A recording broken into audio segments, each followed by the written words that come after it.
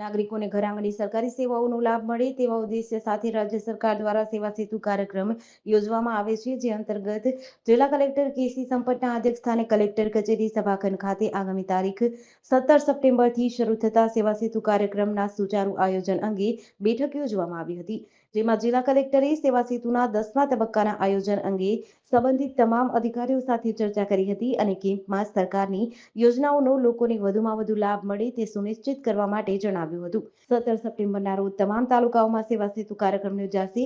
આ કાર્યક્રમમાં ration card, આધાર card, જાતિના દાખલા, વરિષ્ઠ નાગરિક પ્રમાણપત્ર, વિધવા સહાય સહિતની નાગરિકલક્ષી અલગ અલગ 55 પ્રકારની સેવાઓ પૂરી પાડવામાં આવશે. આ બેઠકમાં નાયબ મુખ્ય દંડક જગદીશભાઈ મકવાણા, પાટડી ધારાસભ્ય પી.કે. પરમાર, નગરપાલિકા પ્રમુખ જીજ્ઞાબેન પંડ્યા, નિવાસી અધિક કલેક્ટર આર.કે. ઓઝા, વઢવાણ પ્રાંત અધિકારી નિકુંજ ધુડા, નાયબ પોલીસ અધિક્ષક વી.બી. જાડેજા સહિત વિભાગના અધિકારીઓ ઉપસ્થિત રહ્યા હતા. જીડીસી ન્યૂઝ સાથે જયેન્દ્રસિંહ ઝાલા, લખતર.